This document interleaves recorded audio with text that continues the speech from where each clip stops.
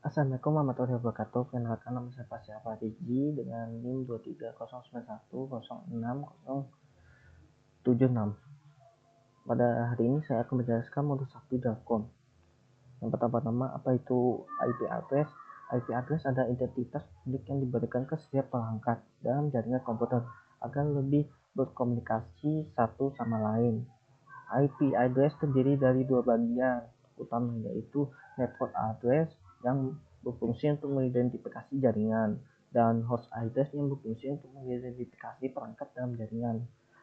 Selanjutnya ada mengapa subnetting dan IP6 penting. Subnetting membantu dalam membagi jaringan besar menjadi jaringan yang lebih kecil agar lebih efisien. Dan selanjutnya ada IP versi 6 adalah solusi untuk keterbatasan alamat yang IP versi 4 yang kini semakin habis digunakan. Subnetting dan IP versi 6 ini digunakan dalam jaringan modern untuk meningkatkan fleksibilitas lokasi alamat IP serta meningkatkan keamanan dan fleksibilitas sistem jaringan. Selanjutnya, bagaimana IP versi 4 ditulis? IP versi 4 itu menggunakan 36 bit yang terdiri dari 4 kelompok angka yang dipisah oleh tanda titik. Contohnya seperti 192.168.1.1 nih. Dan yang lainnya.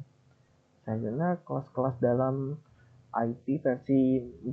IP versi 4 ini dibagi menjadi beberapa kelas berdasarkan jumlah perangkat yang dapat ditampung. Untuk kelas A di sini dari 0.0.0.0 sampai 127 sampai 255 dengan subnet mask 255.0.0.0. Dan kelas B di sini dari 128.0.0.0.0 sampai 191.255.255.255 dengan subnet mask 255.255.0.0.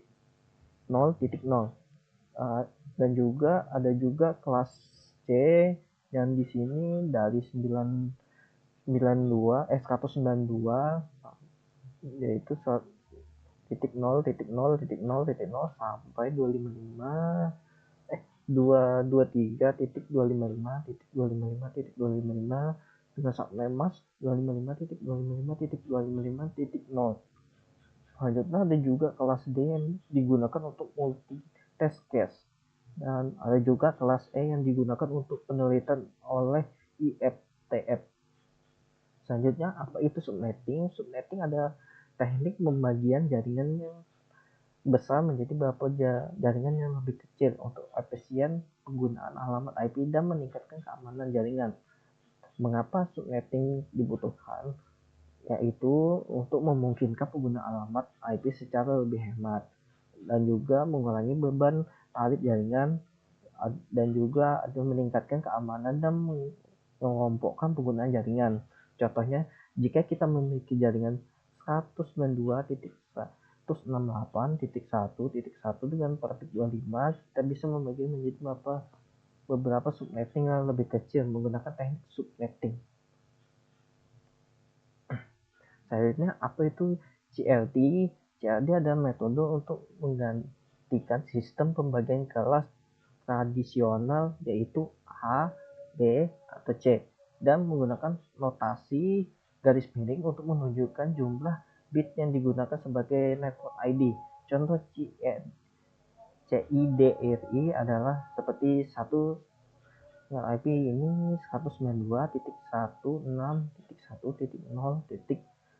perfect 25 dengan subnet mask 255.255.255.255, di mana di sini alamat IP-nya totalnya 256, dan ada juga ini yang 64 ya. Dengan CRD, jaringan dapat dibagi secara fleksibel tanpa harus mengikuti aturan kelas 4. Selanjutnya ada PLNS, adalah metode subnetting yang dimana semua subnetting memiliki ukuran yang sama meskipun jumlahnya tongkatnya berbeda. Contohnya Contoh PLNSI adalah misalnya kita memiliki jaringan yang membutuhkan 4 subnetting, misalnya perpustakaan, yang dimana sini IP-nya 192.168.1.0 dengan traffic 255. Selanjutnya sama juga lab 2, lab 1, lab 2, lab 3. Karena semuanya subnetting menggunakan traffic 26, setiap subnetting mendapatkan 64 alamat IP, meskipun ada jaringan yang mungkin tidak membutuhkan lebih banyak.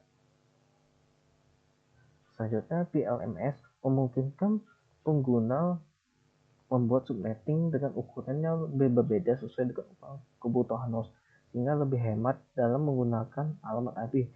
Contoh PLSM, kita memiliki jaringan dengan kebutuhan seperti siswa membutuhkan 5 host, guru membutuhkan 32 host, dan TU membutuhkan 14 host. Dari bentuk tabel ini, subnetting guru bisa di sini mendapatkan seperti subnettingnya 172.6.00 dengan traffic 26, yang itu hostnya 62.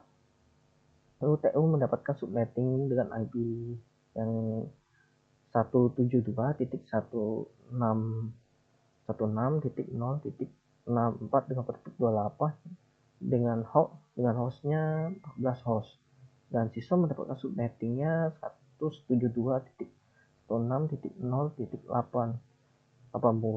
dengan traffic 29 dengan kebutuhan 6 host.